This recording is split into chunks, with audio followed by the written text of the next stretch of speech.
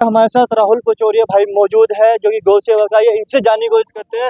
यहाँ पे लगातार 3 दिन तक बागेश्वर धाम सरकार का पंडाल लगाता। भाई क्या कहना चाहोगे इस पर, आप इस पंडाल के ऊपर? इस पंडाल के ऊपर तो भाई सिर्फ इतना कहना है, जो हिंदू रजाई ओढ़ के अपने घरों में सो रहा था ना, अब वो हिंदू जग चुका है। और जो सनातन धर्म की बात धीरेन्द्र शास्त्री जी ने कहीं ना कहीं किसी समय में बागेश्वर धाम से करना चालू करी थी, आज वो धीरे धीरे हर राज्य में जा रही है। और हर राज्य के हिंदुओं को जो जगाने का कार्य हमारे धीरेन्द्र शास्त्री जी कर रहे हैं, वो काफी काबिल तारीफ है। लेकिन मैं उन हिंदुओं से भी सिर्फ इतना कहना चाहता हूँ कि सिर्फ खता में आने से हमारा जो भारत देश है वो हिंदू राष्ट्र नहीं बनेगा। सबसे पहले हमें अपने क्षेत्र से कुछ चीजें शुरू करनी पड़ेंगी। जैसे हमारे घर के सामने कोई गौ माता आ जाती है तो उसे हम समय पहले रोटी नहीं खिलाते, उसे हम क्या करेंगे, उसे डंडा मार देते हैं या पानी फेंक देते हैं उसके ऊपर। तो इन चीजों से, इन कुकर्मों को करने से भारत हिंदू राष्ट्र नहीं बनेगा ना। सबसे पहले आप अपनी मानसिकता को सुधारिए। जिस नंदी की पूजा करने के लिए आप मंदिर के अंदर जाते हो और रगड़ रगड़ के उस नंदी को दूध से और पानी से नहलाते हो, और नंदी जब तुम्हारे घर के सामने आ जाए तो उसे लाठियों से मारते हो, उन नंदियों को रोटी खिलाना स्टार्ट करो, तो तुम्हारी गौ माता बच सकती है। आप गाय को माता कहते हो, तुम्हारी माता रोडों पे पन्नियां खाने का कार्य कर रही है। तो ऐसे गौ माता बचेंगे, हमारा भारत हिंदू राष्ट्र बन जाएगा। तो कहीं ना कहीं आप सब जैसे यहाँ कथा सुनने के लिए जागरूक बने हो ना, ऐसे तुम्हारे मोहल्ले कॉलोनियों में मंदिर तोड़े जाते हैं। सब में पहले उन मंदिरों को बचाने का काम करो, क्योंकि तुम्हारे मोहल्ले कॉलोनियों को मंदिर नहीं बचेंगे तो आप अयोध्या में जाके पूजा थोड़ी ना करोगे। मैं पिछले 7 दिन के अंदर 15 मंदिरों पर जा चुका हूँ जो दिल्ली सरकार द्वारा बिल्कुल नष्ट कर दिए गए। तो हमारे हिंदुओं को ये नहीं पता कि हमारी दिल्ली में चल क्या रहा है। हमारे दिल्ली में तो क्या है, लोग 15 रुपए की टिकट के पीछे बिक जाते हैं, राशन के पीछे बिक जाते हैं। तो हमें सबसे पहले जागरूक ये नहीं कि धीरेन्द्र शास्त्री जी के दामे आ गए तो हम जागरूक हो गए, नहीं। हमें जागरूकता के लिए कहीं ना कहीं अपने अंदर हिंदुत्व की जो आग है वो चिंगारियों से आग का काम लाके हमें गली गली मोहल्ले मोहल्ले अपने बच्चों को, युवाओं को, महिलाओं को जागरूक करना पड़ेगा। तब जाके हमारा भारत देश हिंदू राष्ट्र बनेगा। वरना आज धीरेन्द्र शास्त्री जी हैं, कल नहीं होंगे। जब फिर इस भारत को हिंदू राष्ट्र की बात कौन करेगा? इसलिए सब में पहले अगर हिंदू राष्ट्र लाना है तो अपने लोगों को जागरूक होना बहुत जरूरी है। जात बरादरी को हटा के सिर्फ हिंदू बन के काम करना पड़ेगा। हिंदू एकता, हिंदू एकता, जयकारा वीर बजरंगी। भाई आपने कहा भाई आपने कहा हिंदुस्तान क्या नाम है, भारत देश जो है हिंदू राष्ट्र बनेगा। लेकिन विरोधी कहते हैं हिंदू राष्ट्र बन गया तो हमें चैन से जीने नहीं दिया जाएगा। भैया जिन्हें चैन से न जीना जाना है तो 57 कंट्रियां हैं इस्लामिक, पूरे विश्व की कंट्रियों में जाना चाहिए और वहाँ रहना चाहिए जिन्हें भारत अंदर डर लगता है।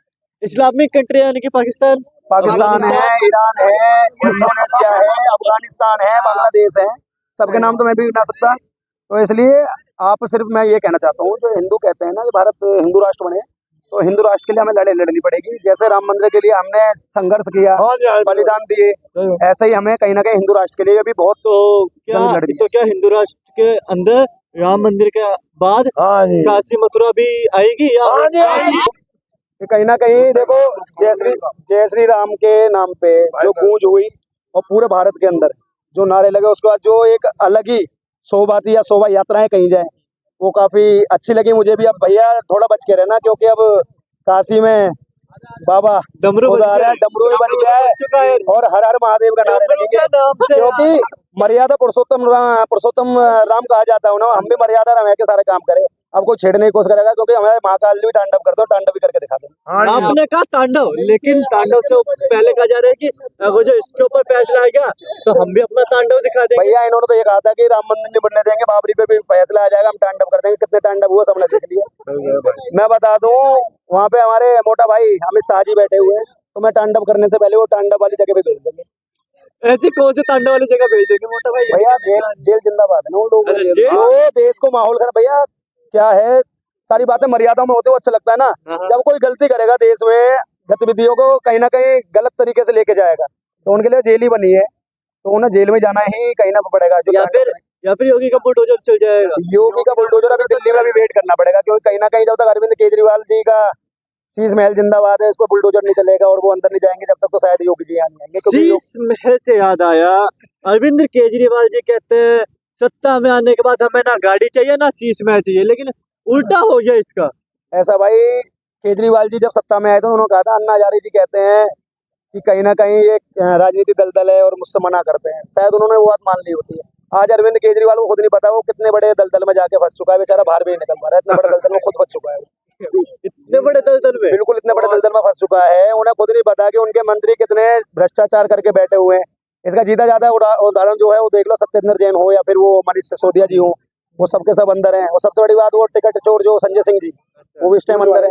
लेकिन अब उनका तिहाड़ जेल में कहीं ना कहीं अरविंद केजरीवाल जी का भी पुरजोर तरीके से स्वागत करने के लिए इंतजार हो रहा है। माला लेके संजय सिंह कहाँ?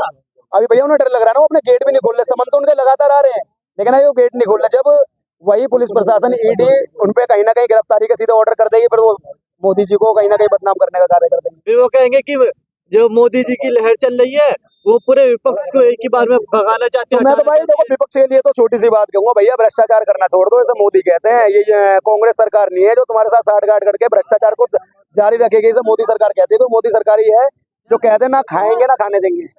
सिर्फ जो कहीं ना कहीं गरीबों और वंचितों के लिए सोचती हो मोदी सरकार है। विपक्ष कहता है मोदी जी तो चाय वाले हैं, वो क्या करेंगे, वो देश में चले जाएंगे। फिर भैया हम ही मोदी जी चाय वाले हैं, इसलिए तो उन्होंने हाईवे इतने सारे बना दिए। जिस दिन सोचो गाय वाला आ गया तो क्या होगा, समझ रहे हो? गाय वाले से योगी जी खुद आ गए तो क्या होगा? चाय बेच के तो देश चला दिया, चाय बेच के तो देश चलाया है ना, चाहे कुछ भी हो। एक बात है कि कहते हैं क्या नाम है, बागेश्वर धाम ढोंगी है, फ्रीपी है, वो कुछ नहीं करता, वो बस ऐसी ही हवा में तीर मारता है। बहुत से छोटे शब्द में इन बातों को कहना चाहता हूँ। जो ढोंगी होते हैं ना, सामने वाला भी ढोंगी दिखाई देता है। तो सबसे पहले वो अपना ढोंग खत्म करें और हिंदू धर्म को समझने की कोशिश करें। सबसे बड़ी चीज देखो, तुम्हारी छोटी सी मैं बात कह दूंगा आपके चैनल के माध्यम से। आज महाराज जी ने एक किताब निकाली है, सनातन धर्म क्या है। उसे वो ढोंगी पढ़ ले, उसके बाद तुम्हें बाबा जी के बारे में पता लग जाएगा और सनातन धर्म के बारे में पता लग जाएगा। जय श्री राम।